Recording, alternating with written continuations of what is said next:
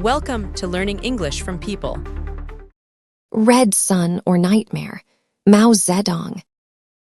He once stood before the world and said, "The Chinese people have stood up." For many, he was a hero who made a weak country strong again. But his grand ideas also caused the deaths of millions of his own people. So, who was the real Mao Zedong? Was he a savior who freed his nation, or a monster who destroyed it? This is his story. Mao Zedong was born in 1893 in a small farming village called Shayashan. It was a difficult time for China. The country was weak, and other nations often controlled it. Mao's father was a farmer. He worked very hard and became one of the richer men in the village. He was also a very strict man and often punished his children. This made young Mao a rebel. He did not like to obey. Mao's mother was the opposite. She was a kind and gentle woman with a strong Buddhist faith. She tried to balance her husband's anger with love.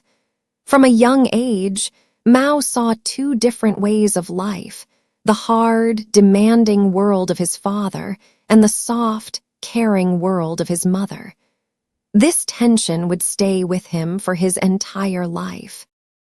At school, Mao had to read old Chinese books about how to live a good and moral life. He found them boring. He preferred exciting stories about heroes, rebels, and great soldiers. When he was just 13, his father arranged a marriage for him. This was a normal tradition, but Mao refused. He ran away from home for a short time. It was his first big fight against the old ways of China. He never accepted the marriage, and the young woman died a few years later, living in shame. Mao worked on his father's farm, but his mind was somewhere else. He loved to read. He read books from China and from other countries. He learned about famous leaders like Napoleon and George Washington. He started to think about why China was so weak. Around this time, there was a great famine. People were starving. When hungry farmers tried to take his father's grain, Mao felt sorry for them. He started to understand the deep anger of the poor. At 16, he left his village to go to a better school. He was a poor boy with a strong accent, and other students often made fun of him. But he was smart and wanted to learn. In 1911, he moved to the big city of Changsha. The city was full of new ideas about changing China. People wanted to end the rule of the emperor. Mao joined the feeling. He and a friend cut off their long hair, which was a symbol of loyalty to the emperor. When a revolution started, Mao joined the army. He was a soldier for 6 months but never fought in a battle. The revolution ended the emperor's rule, but China did not become strong. It was still divided and weak. Mao felt lost. He tried different schools, but nothing felt right. His real education happened in the city library. He spent hours there every day, reading books about politics, science, and ideas from around the world. Finally, he decided to become a teacher. At his new school, he met a professor named Yang Changji. This professor gave him a magazine called New Youth. The magazine said China needed to get rid of its old, weak traditions and learn from modern countries.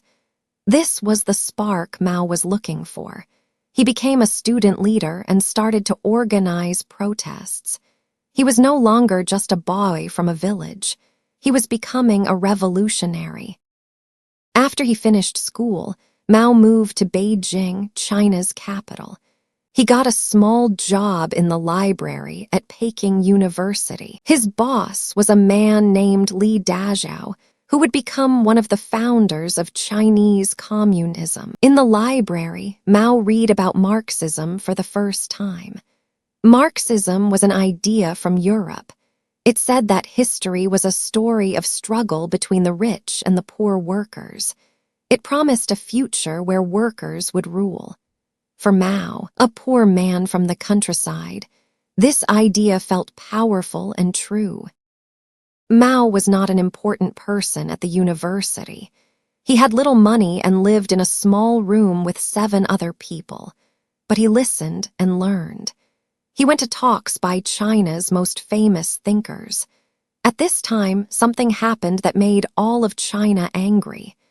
After World War I, world leaders decided to give German land in China to Japan. On May 4, 1919, students in Beijing protested. This event, the May 4th movement, showed that a new generation of Chinese people wanted a strong and respected nation. Mao returned to his home province of Hunan as a different man. He started a magazine and wrote articles for normal people, not just for scholars. He called for all poor people, workers, farmers, students to join together. His work made the local government angry, so he had to leave. He traveled to Shanghai, where he met Chen Duxiu, the editor of New Youth. Chen was now a strong believer in Marxism. This meeting made Mao's own beliefs even stronger.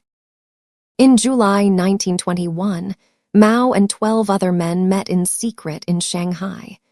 They started a new political party, the Chinese Communist Party, or CCP. Mao's first job was to organize workers in his home province. He was very good at it. He led a big strike of coal miners, which made him famous inside the new party. At that time, the communists were told by leaders in Russia to work with China's other big party, the KMT. The KMT was led by a man named Sun Yat-sen. Mao agreed this was a good idea. He joined the KMT and quickly became an important leader. During this time, Mao went back to his home village. He saw that the farmers were becoming more and more angry about their hard lives. He realized something very important. In Russia, the revolution was led by city workers. But in China, most people were farmers. Mao believed that China's farmers could be the true power of the revolution. This was a new idea, and it would change everything. The friendship between the communists and the KMT did not last. After Sun Yat-sen died, a new leader named Chiang Kai-shek took control of the KMT. Chiang was a military man, and he did not trust the communists. In 1927, he suddenly turned against them. In Shanghai, his soldiers arrested and killed thousands of communists. This was called the White Terror. The Communist Party was almost destroyed. The few communists who survived had to hide. They decided to build their own army, called the Red Army. Mao was sent to lead a revolt in his home province. But the autumn harvest uprising was a complete failure. His small army of farmers was easily beaten by KMT soldiers. With only 1,000 men left, Mao made a big decision. Instead of trying to capture cities, he led his soldiers into the wild Jinggang Mountains. The communist leaders hiding in Shanghai were angry. They said Mao was wrong to focus on the countryside. They even kicked him out of the party leadership. But Mao was far away in the mountains, and he ignored them. There, he created the first communist-controlled area in China. He took land from rich landlords and gave it to the poor farmers. He created strict rules for his soldiers. They had to be polite, pay for everything they took, and help the local people. This way, he won the trust of the farmers. They saw the Red Army as their army. Soon, other defeated communist groups joined him, including one led by a great general named Zhu De. Together, they defended their mountain base. Life was very hard, and they were always short of food. Eventually, they moved to a new, larger area in Jiangxi province. They called it the Jiangxi Soviet. It was like a small country inside China. But the communist leaders from Shanghai also came there, and they tried to take power from Mao. They did not like his focus on farmers. The fight for control became ugly and violent. Chiang Kai-shek saw this communist area as a dangerous threat. He sent huge armies to attack and destroy it. At first, Mao's smart fighting style worked well. He would let the enemy come deep into his territory, then attack them when they were weak. But the new party leaders took control of the army from Mao. They tried to fight Chiang's army in big, direct battles. It was a disaster. By 1934, the Red Army was surrounded. They were facing complete destruction. The communist leaders made a desperate choice. They decided to break out and run. On a dark night in October 1934, about 85,000 soldiers began a long, painful journey. This journey is now called the Long March. It was not a proud march. It was a year-long retreat. They walked for thousands of miles across some of China's most difficult land. KMT soldiers chased them, and planes bombed them from the sky. They crossed deep rivers and high, snowy mountains. The terrible journey and the constant defeats made everyone lose faith in the party's leaders. In January 1935, the army stopped to rest in a town called Zunyi. There, Mao spoke at a meeting. He said the leaders had made terrible mistakes. The others agreed. They made Mao the new main leader of the Communist Party and the Red Army. This was the most important moment in his rise to power. Mao immediately changed their plans. He used tricks and quick movements to escape Chiang's army, but the suffering continued. After a full year, they finally reached a safe place in northern China. Of the 85,000 people who started the Long March, fewer than 8,000 survived. The Long March was a huge military failure, but it became a powerful story. It was a story of courage, survival, and the victory of spirit. It made Mao the undisputed leader of the revolution. In their new base in a poor, dusty town called Yan'an, the communists started to rebuild. They lived in caves dug into the hills. They started land reform again and taught farmers how to read and write. They won the support of the local people. During these quiet years, Mao had time to think and write. He wrote important books about his ideas on war and revolution.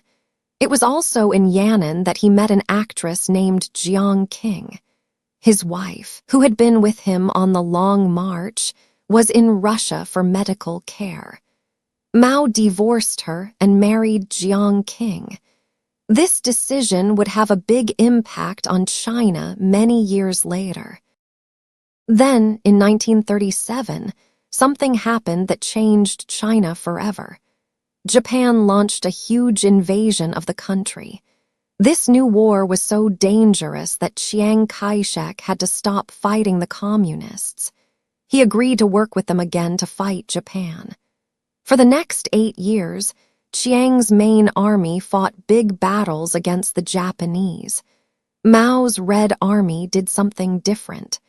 They fought behind enemy lines, using small, quick attacks. They expanded their territory in the countryside. The Japanese soldiers were very cruel, and their cruelty pushed millions of Chinese farmers to support the communists. By the end of World War II in 1945, Mao's army had grown to almost 1 million soldiers. The moment Japan surrendered, the war between the communists and the KMT started again. But now, things were different. The Soviet Union gave the communists weapons that they took from the Japanese army. Mao's soldiers were experienced and had the support of many poor Chinese people. They began to win battle after battle. By the end of 1949, the KMT army had fallen apart. Chiang Kai-shek and his government ran away to the island of Taiwan. On October 1, 1949, Mao Zedong stood in Beijing's Tiananmen Square. He announced the creation of the People's Republic of China. The farmer's son who became a rebel was now the ruler of the world's largest country. In his first years, Mao moved fast to build the new China and destroy his enemies. He started a campaign to find and kill anyone who still supported the KMT. Hundreds of thousands of people were executed. He started a violent land reform program all over China. Landlords were publicly shamed, beaten, and sometimes killed. Their land was given to poor farmers. In the cities, he attacked business owners and corrupt officials. Many killed themselves. Mao said this violence was needed to make China safe and new. In 1950, he sent Chinese soldiers to fight against America in the Korean War. This action saved North Korea, but cost China hundreds of thousands of lives. It also led to America and other Western countries refusing to work with China for 20 years. Mao wanted China to become a strong industrial country quickly. He followed the model of the Soviet Union. With Soviet help, China built many new factories and bridges, but Mao was not patient. He started to worry about the new government workers in his own party. He thought they were becoming slow and comfortable. In 1956, he started the 100 Flowers campaign.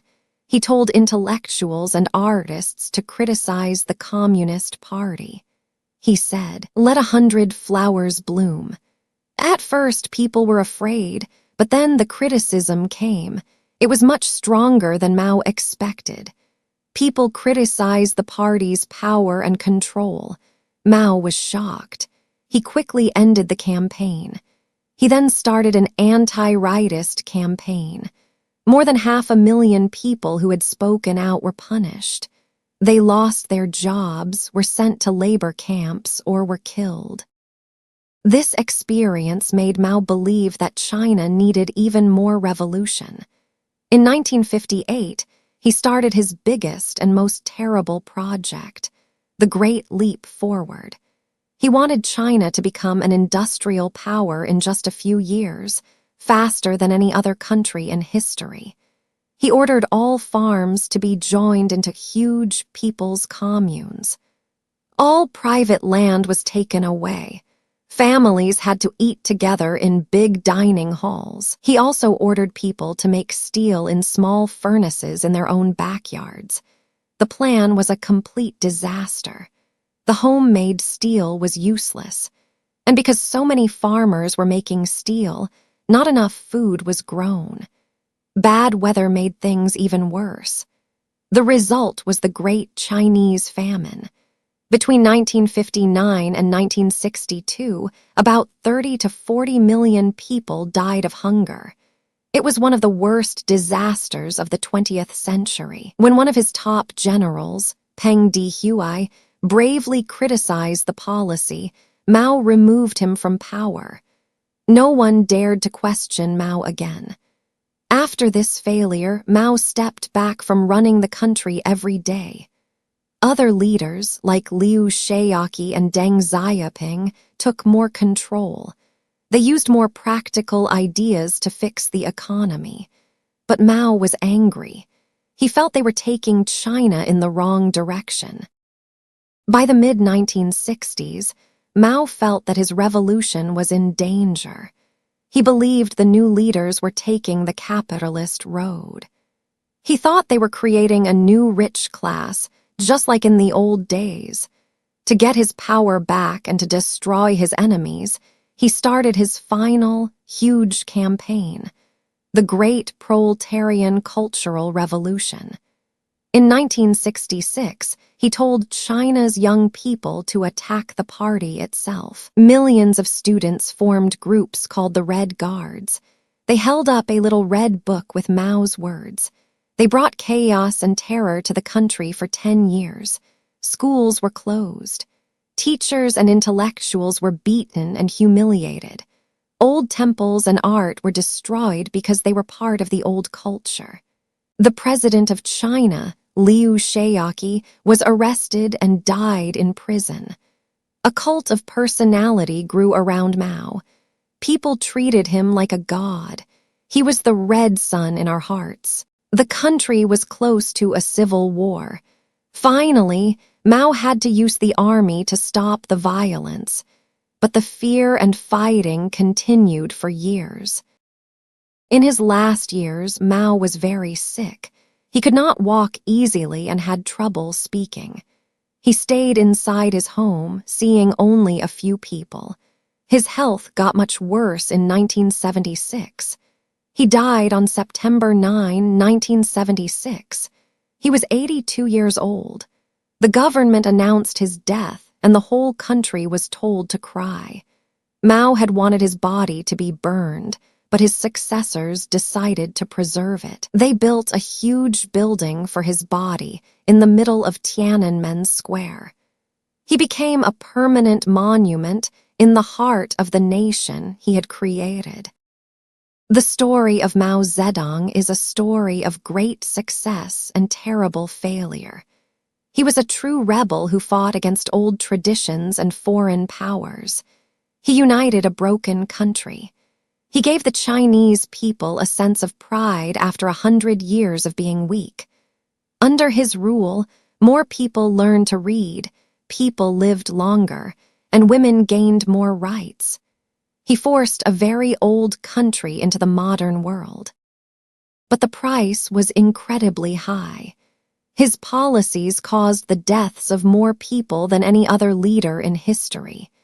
His constant political campaigns created a culture of fear, where family members turned against each other. When he died, China was poor and its people were emotionally hurt. The Chinese Communist Party today says that he was 70% right and 30% wrong. They try to separate the hero who built the nation from the ruler who caused so much pain. But history is not so simple. Mao was both a nation builder and a mass destroyer. His life shows how a dream for a perfect future can lead to a nightmare.